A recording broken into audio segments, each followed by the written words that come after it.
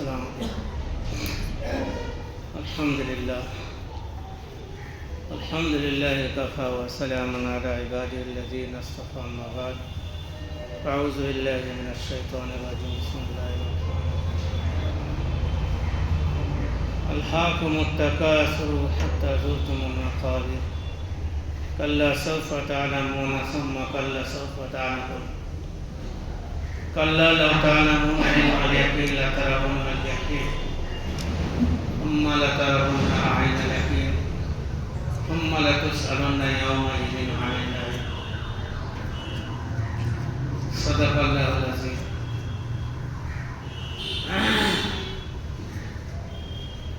وقال رسول الله صلى الله عليه وسلم قال: كن في الدنيا كأنك غريب عابر سبيل،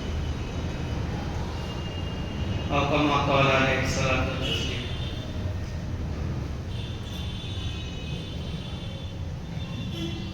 আল্লাহ সুবহানাহু ওয়া তাআলা অনুকম্পা মেহেরবানি, আল্লাহ যুল জালাল ওয়াল ইকরাম আমাদেরকে তার ঘরে আসার তৌফিক দান করেছেন। আল্লাহ সুবহানাহু ওয়া তাআলা আশরাফুল মাখলুকাত এবং হুজুর আকরাম সাল্লাল্লাহু আলাইহি ওয়াসাল্লামের উম্মতি হওয়ার সৌভাগ্য আমাদেরকে দিয়েছেন। আল্লাহ রাসূল পাক সাল্লাল্লাহু আলাইহি ওয়াসাল্লাম দুনিয়ায় মাত্র 63 বছর ছিলেন। और 63 বছর জীবনে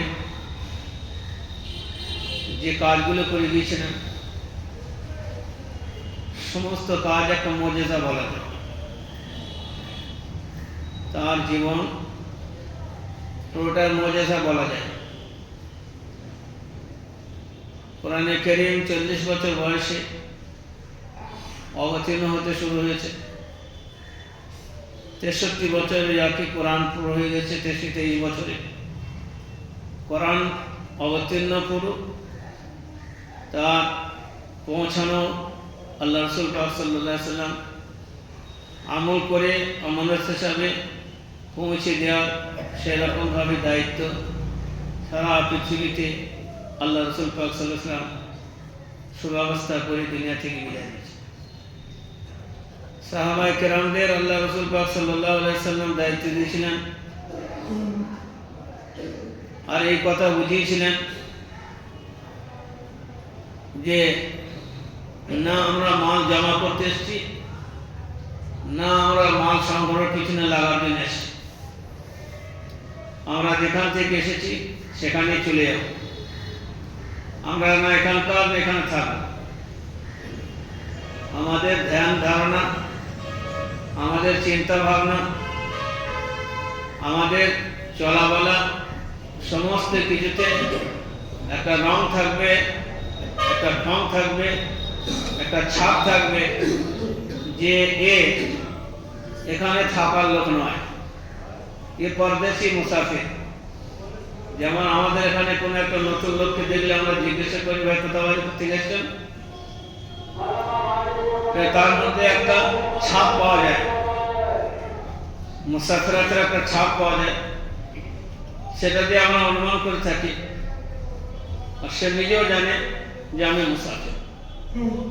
বিশ্বনবী সাল্লাল্লাহু আলাইহি ওয়াসাল্লাম তার পবিত্র আলাম তিনি বলে, কোন ফির দুনিয়া, দুনিয়াতে এইভাবে বসবাস করবে কান্নাকা গরীব আওয়াবির সাবিল, পথিক কিংবা মুসাফিরের মতো। পথিক চলতে চলতে ক্লান্ত বিশ্রাম করলে যেমন কিছুক্ষণের জন্য কোনো একটা তৎকালীন তড়িঘড়ি একটা গাছতলা, ছায়া, যেমন সে সুন্দর করে সেখানে একটুখানি আরাম করার চেষ্টা করে, ঠিক সেইভাবে কিংবা মুসাফির সে সফর করছে। সফর করতে করতে তার এবার টাইম শেষ হলো আর সে চলে গেল। তার কোনোদিন সফরের মধ্যে মনের যত আশা আছে সেটা পূর্ণ হয় না। প্রতীকে তখনই যখন তার মনের আশা থাকে সেটা পূর্ণ হয় না। সে সময়ে সেখান থেকে কিছু কাজ করার পরে চলে যায়। আরাম করার দরকার হয়, সফরে মাল কেনার দরকার হয়, ব্যবসা খাতিরে হোক আর যে কোনো, তার টান থাকে, তার ধ্যান থাকে বাড়ির দিকে। ওর ছাপ, ওর ভাব ও ভঙ্গি বলে দেয়। এই জন্য সে যদি সুদূর আরবে চলে যায় আর সোনার পাহাড়ও যদি চোখে দেখে, রসুল করিম সাল্লাল্লাহু আলাইহি সাল্লামের মোবারক রওজা শরীফ সে চোখে দেখে, তারপরে তার একটা টান থাকে, দড়িছানা টান, যেকে বলা হয়েছে যে সেটাই জান্নাত। আল্লাহ রাসূল সাল্লাল্লাহু আলাইহি সাল্লামের জান্নাত হচ্ছে সেই মাজার, সেই কবর, সেই মসজিদ, সেই মেম্বার। তারপরে আল্লাহ রাসূল যেখানে আছেন সেটা হাউস। গত জমায় বলেছিলাম যে আমার মেম্বারটা হলো হাউস। তা সেখান থেকেও এমন টান দিয়ে চলে আসে যে কেউ সেখানে আর থাকে না। কেন? তার মনে একটা চিন্তা আছে, সারা পৃথিবীর সব থেকে দামি জায়গা, জান্নাতেরও দামি জায়গা, জান্নাতের মধ্যে সব থেকে টপ র্যাঙ্কের জান্নাত, যে সেটা হলো কি না, সেটা হলো আপনার রসুল করিম সাল্লাল্লাহু আলাইহি সাল্লাম রওজা শরীফ, মেম্বার, মসজিদ, রাওয়া কর্মস্থল যেখানে শয়ন আছেন, সেই জায়গা থেকে দামি জায়গা বললে কোনটা আর হতে পারে পৃথিবীতে? তা আল্লাহ রাসূল সাল্লাল্লাহু আলাইহি সাল্লামের সেই জায়গা। ভাইকে নামাজ নিয়ে করছেন নাকি? এই যাও নামাজ নিয়ে করছেন, নামাজ পড়বে ভাই, ওই সাইড কি পড়ে নামাজের, ওই সাইড কি পড়ে, এখানে নামাজ পড়ে, নামাজের টাইমে সুন্নত পড়া হবে, নামাজের টাইমে। তাহলে রাসূল সাল্লাল্লাহু আলাইহি সাল্লাম বললেন এই জায়গা থেকে দামি জায়গা নয়, সেখান থেকে একটা টান আছে, সেই জায়গা থেকে মানুষ চলে আসে কেন বাড়ির দিকে। তো বাড়িটা সে জানে যে হলো আসল জায়গা, আর সেটা হলো কি সফরের জায়গা।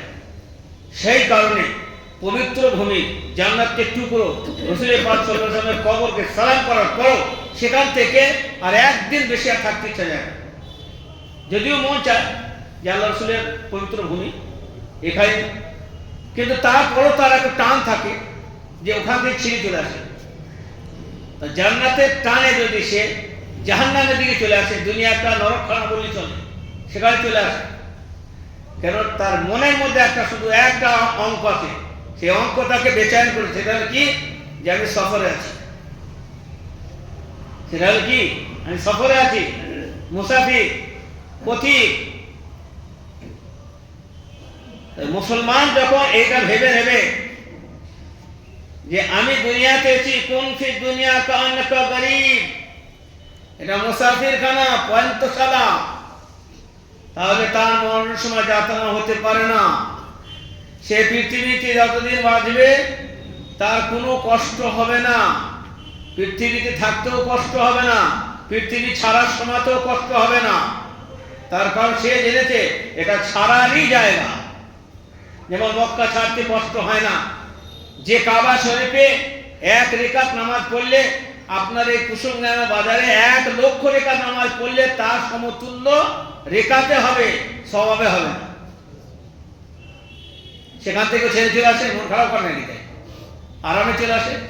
বড় মন খারাপ তো দূরের কথা, অনেক লোকের হজ ফরজ হয়েছে, সে হজ করতে যায় না। কেন যায় না? যে তার ও জায়গা ভালোই লাগে না, তার পয়সা ভালো লাগে। সেখানে আল্লাহ রাসূল সাল্লাল্লাহু আলাইহি ওয়াসাল্লাম বললেন যে দুনিয়ায় যতদিন বেঁচে থাকবে এটা ভাববে তুমি কোথা থেকে এসেছো, সেখানে যেতে হবে। আমরা ভেবেছি হিন্দুস্তান থেকে গেছি, হিন্দুস্তানে ফিরে আসতে হবে। কেউ আপনার পাকিস্তান থেকে যেত, পাকিস্তানে ফিরে আসতে, বাংলাদেশ ফিরে আসতে, বর্মা থেকে বর্মা ফিরে আসতে, কেউ সেখানে থাকে না। কারণ হলো সব দেশের একটা টান আছে, মাতৃভূমির একটা টান। তা আমাদের যে মাতৃভূমি, আমাদের জন্মস্থান, যে আরওয়ার মধ্যে ছিলাম, সেটা হলো কি যেখান থেকে এসেছি সেখানে ফিরে যেতে হবে। মিনহা খালাকনাকুম ওয়া ফিহা নুঈদুকুম ওয়া মিনহা নুখরিজুকুম তারাতান উখরা। মাটিতে তৈরি করা হয়েছে, মাটিতে গড়া হয়েছে, মাটিতে ফের তোলা হবে যেখানকার থেকে। আপনি অন্তর লাগান কিংবা না লাগান, আপনি মানুন কিংবা না মানুন, যেতে সেখানেই হবে। তৈরির সাথে গেলেও যেতে হবে, আর বিনা তৈরিতে গেলেও যেতে হবে। সেই কারণে আল্লাহ রাসূল পাক সাল্লাল্লাহু আলাইহি ওয়াসাল্লাম বললেন যে দুনিয়ায় এমন একটা ভাবে জীবনযাপন করবে যে ছাড়তে কষ্ট না হয়। মনের মধ্যে ওটা ভাবাই ছিল। বরং ভোরবেলা উঠি আপনার ব্যাক সাইড হচ্ছে সব খেজুর পানি আবে জমজম সব তাড়াতাড়ি পুটুলি পাটলা মারছে, তাড়াতাড়ি পালাই পালাই একটা শব্দ। বোম্বাই আছে, দিল্লিতে আছে, আরবে যারা চাকরি কাজ করতে গেছে, জবে গেছে, তারা যখন টাইম হয়ে যায় ফ্লাইটে যাওয়ার সময় হয়ে যায়, যেদিন দিন আসে, তা মনে হয় যেন মাটি কামড়াচ্ছে। তোল ব্যাগ, তোল ব্যাগ, কোথায় যাবে? দেশে যাচ্ছে। বাস্তবিক রাসূল করিম সাল্লাল্লাহু আলাইহি ওয়াসাল্লামের সাহাবা ছিলেন যে কোথায় যাচ্ছি না, আসল বাড়ি যাচ্ছি। তা সাহাবাদের জিহাদের ময়দানে জিহাদ করা, সারা সারা রাত নামাজ পড়া, কোরআন পাকের তেলাওয়াত করা, আর প্রস্তুতি গ্রহণ করা, আর আসার সময় এলে হাসতে হাসতে বিদায় না, খুব সহজ ছিল। সেটা আমাদের আছে, দিক শুধু আলাদা। তাই কোরআনে সেটা আপনাকে ফেরে স্মরণ করেছে, আলহাকুমুত তাকাসুর।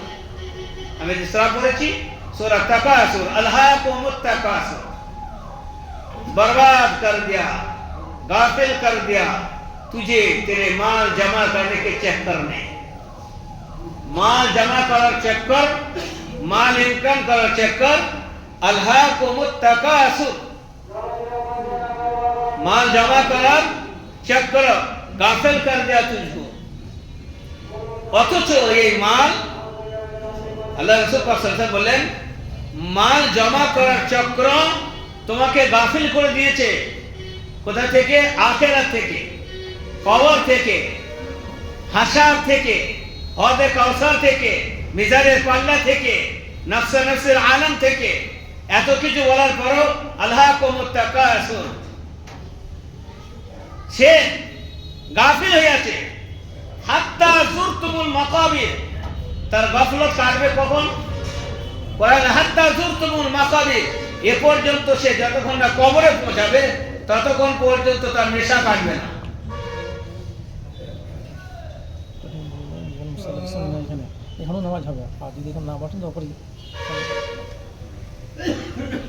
ভাই জায়গা যদি এখানে না হয় উপরেও হবে।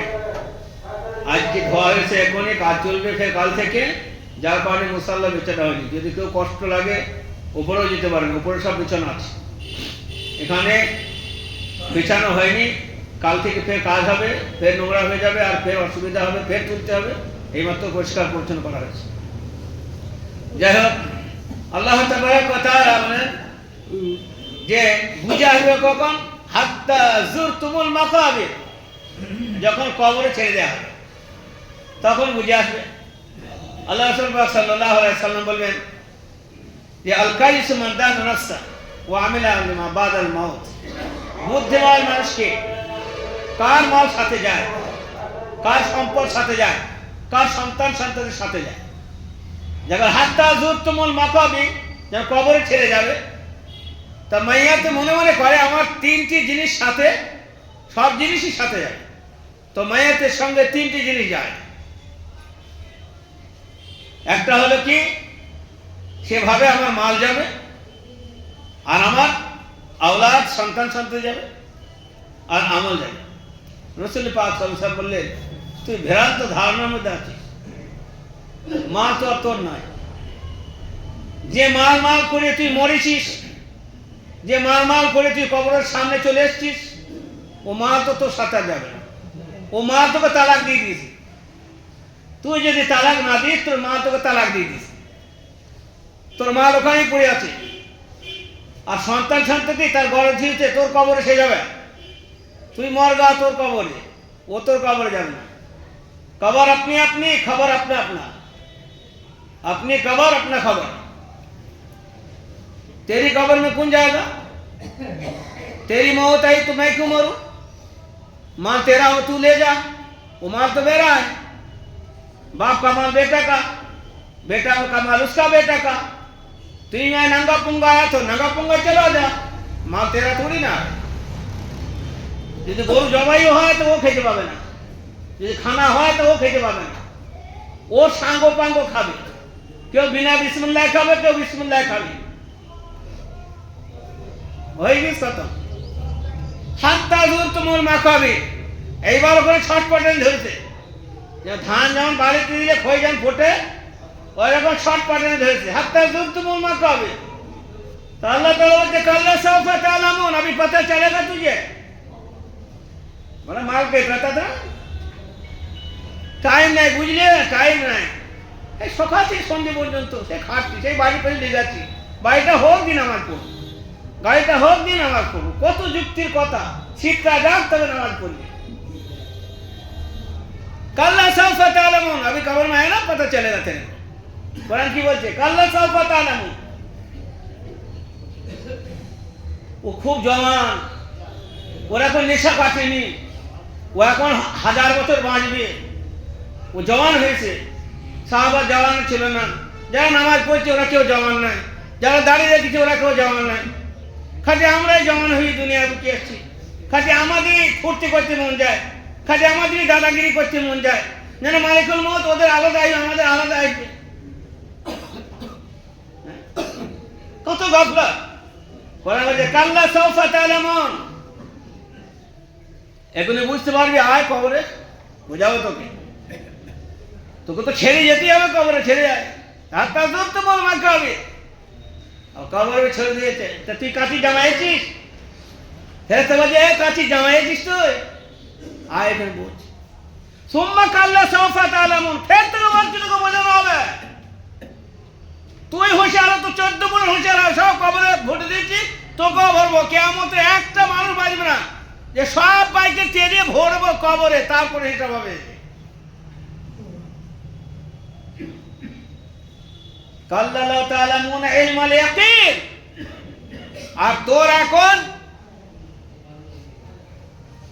বাস্তবিক চোখে দেখা যায়নি তো, এবার বাস্তবিক চোখে দেখ।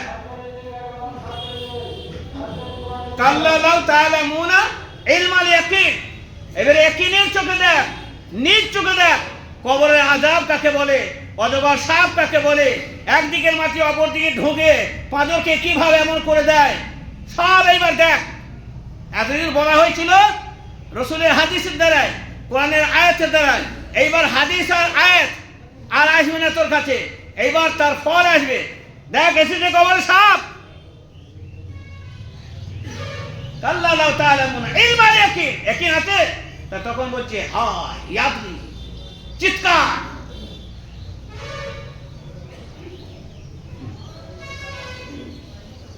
लतरवुन्ना जहीम, क्या जहन्नम देख रहा है तुझे? लतरवुन्ना जहीम, যখন খারাপ ব্যক্তি দুনিয়া থেকে যাবে মস্তি करने वाला, তো জাহান্নামের খিড়কি খুলে দেওয়া হবে, সংযোগ কবর থেকে হবে। তোকে বলা হচ্ছে लतरवुन्ना जहीम, देख ले तेरा जहन्नम। आए त्राने वाला, ए नमाज छोड़ने वाला, ए सूद खाने वाला, ए लटारी वाला, शीते भय करने वाला, गौरव में डरने वाला, आपस में बोलते चालाना आटाने झगड़ा करने वाला। खूब हिरोगिरी देखी देख জাহান্নাম। তো দেখবো কি, শেখতে আরম্ভ হয়ে গেছে, দেখবি কি? আল্লাহ বলছে বল সব মুখে বলা ছিল, এবার কাজে হচ্ছে। দেখ লাতারাবুন্নাল জাহিম।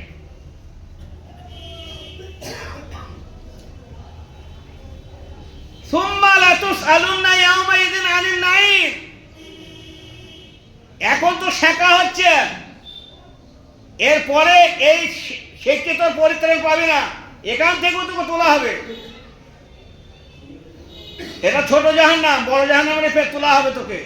তার আগে একটা বিচার হবে। সুম্মা লাতুসআলুনা ইয়াওমাইযিন আনিন নাঈম। তোমার এই যে জীবটা দিয়েছি, এতে কমসে কম 30,000 জিনিস একই সময়ে যদি দেওয়া হয়, তা ওর স্বাদ আলাদা আলাদা সেকেন্ডের মধ্যে উড়ে দেবে রাতের অন্ধকারে খেলে। সুম্মা লাতুসআলুনা, এই নরম যে জীবটা দিয়েছিলাম এই টুকরোটা, এটার হিসাব হবে। ঠান্ডার সময় গরমের সময় যে 1 গ্লাস ঠান্ডা পানি পান করা হয়েছিল, সেটা জিজ্ঞাসা করা হবে, এর পানি তোর বাপ দিয়েছিল না তোর মা দিয়েছিল না তোর 14 গুণ দিয়েছিল? আনতুম আনজালতুমুহু মিনাল মুজনি আম নাহনুল মুনজিলুন। পানি খাওয়ার সময় দাঁড়িয়ে দাঁড়িয়ে কাফেরের মতো পানি খাওয়া, ওটাও তোকে বোঝানো হবে। আল কোরআন, এই একটা কথা আমার নয়। আর আপনি ভদ্রতা বলছেন, এখানে আয়াত কিন্তু ভদ্রতা বলেনি। তোর স্বরূপ বেইজ্জতি করা, খারাপ ভাবে ব্যবহার করা, খারাপ আচরণ করা, এই আয়াতে কণ্ঠ দেয় আপনার চাবুক, যা মারলে পরে কলজে বন্ধু ঢুকে যাবে পিঠে, সেই চাবুক করে মারা হবে, আর বেইজ্জতি করা হবে, আর রুসওয়া করা হবে, সম্মান তোমার মাথায় তুলে দেওয়া হবে। যে রকম ভাবে সম্মানিত আল্লাহর আহকামগুলোকে মিসমার করা হয়েছে, তোমাকে, তোমার ইজ্জতকে, তোমার সম্মানকে হাসরের ময়দানে যাওয়ার পূর্বে আর সেখানে যাওয়ার পরেও মিসমার করা হবে। কারণ হুকুমে ইলাহি যখন তুমি বরবাদ করেছো, তা তোমার সাথে আমার সাথে আল্লাহর আযাব সেইভাবে এসে আমাকে আপনাকে লাঞ্ছিত করবে, অপমানিত করবে। কেন? ওয়ালিল্লাহি ইজ্জাতু ওয়ালির রাসূলি ওয়ালিল মুমিনিন। আল্লাহ বলেন, যদি পৃথিবীর বুকে কারোর সম্মান থাকে, তা সম্মানের অধিকারী আমি আল্লাহ। সম্মান বন্টন করি আমি, তারপর যে সম্মান কাউকে দিই, ওয়ালির রাসূল, তামাম আম্বিয়া আলাইহিস সালাতু ওয়াস সালাম, তারপরে আমি যাদের সম্মান দিই, সম্মানিত করব, তারা হলো মুমিনিন। ওয়ালিল্লাহিল ইজ্জাতু, আল্লাহর জন্য, ওয়ালির রাসূল, আম্বিয়াদের জন্য, ওয়ালিল মুমিনিন, কিয়ামতের সকাল পর্যন্ত যে মুমিন হয়ে আসবে তার হবে ইজ্জত, সম্মান। আলহাকুমুত তাকাসুর হাত্তা যুরতুমুল মাকাবির। মাল জমা করা আর দুনিয়ার সমস্ত জিনিসের দিকে খবর রাখা, আর সব আমার মাল তৈরি হোক, আমার বাড়ি তৈরি হোক, আমার গাড়ি তৈরি হোক, আমার ছেলের ফিউচার ভালো করি, সব করে ঠিকাদারি নিয়ে বসে আছি, আর আল্লাহর বিধান চলে যাক, আর নিজেকে মনে মনে ভাবা তুই বড় পীর সাহেব, আর বাকিগুলো সবাই হচ্ছে কি জাহান্নামী, আর তুই জান্নাতি। তোর বুদ্ধি যদি দুনিয়া ভাগ করে দেয়, তা সব পণ্ডিত হয়ে যাবে, বাকিগুলো সব খ্যাপা। মৌলবী খ্যাপা, মুফতি খ্যাপা, তাহাজ্জুদ পড়নেওয়ালা খ্যাপা, দুনিয়ার সংসারকে কম করে দিয়ে আখিরাতে ফিকিরে কান্না করনেওয়ালা খ্যাপা।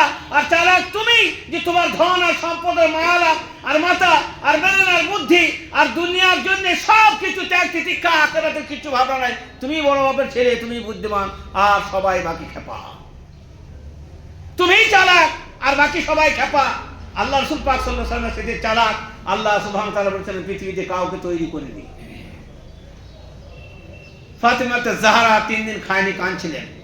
আল্লাহ রাসূল পাক সাল্লাল্লাহু আলাইহি ওয়াসাল্লাম খবর পেয়ে গেলেন, বেটি বাপের সঙ্গে একদম জড়িয়ে একসঙ্গে বুকে লেগে গেলেন। আল্লাহ রাসূল পাক সাল্লাল্লাহু আলাইহি ওয়াসাল্লাম কাঁদছেন, মা ফাতিমা কাঁদছেন। কিছুক্ষণ পরে কাঁদার শেষ হলে বলছে, বেটি তু জরা সবর কর লেনা, बेटी तू जरा सब्र कर लेना और मैं भी सब्र कर ले रहा हूं। तेरी जन्नत मेरी जन्नत के सामने में होगा, तेरी जन्नत मेरे जन्नत के सामने में, जैसे आज आमने सामने सामने कल के तुम्हार हमार जन्नत तुम्हार सामने सामने হবে। কিন্তু তুমি সিজদা বেশি বেশি করে করতে থাকবে, অর্থাৎ নাফিল নামাজ, তাহাজ্জুদ, তারাবির, ইশরাক, এগুলো তুমি বেশি করে পড়বে।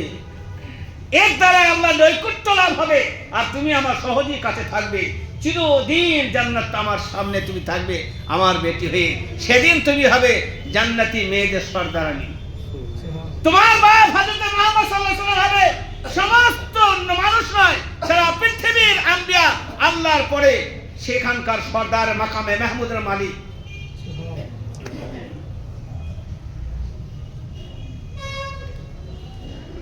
সুন্নাত মান কাদ আরসালনা ক্বাবলাকা বিরুসুলিনা ওয়ালা তাজিদু লিসুন্নাতিনা তাহবিলা। আকিমিস সালাতা লিদুলুকিশ শামসি ইলা গাসাকিল লাইল ওয়া কুরআনুল ফাজর ইন্না কুরআনাল ফাজর কানা মাশহুদা। তেরা বাপ মাকামে মাহমুদের মালিক হবে, যার জন্য সুপারিশ করবে তার ঠিকানা জান্নাত হয়ে যাবে। সেই মালিক করবে তোর বাপকে আল্লাহ। দিনকে জিন্দা করার জন্য তোর বেটা কারবালায় যে শহীদ হয়, তার জওয়ানদের সর্দার হাসান হোসেন। হাজারো পুরুষের ইনকাম করতে পারত যে দামাত হযরত আলী কারামাল্লাহু ওয়াজহু, আল্লাহ রাসূল পাক সাল্লাল্লাহু আলাইহি সাল্লামের কাছে আমর বলে এক ব্যক্তি, আমর নাম, কাফেরদের একজন আমর চলে এসে, আমর এসে খায়বারের প্রচন্ড ঠান্ডা, সেই সময় আল্লাহ তাবারক ওয়া তাআলা আপনাকে আমাকে বলেছে বেশি আমলে তৌফিক দান করো। আখির জাওয়ানা।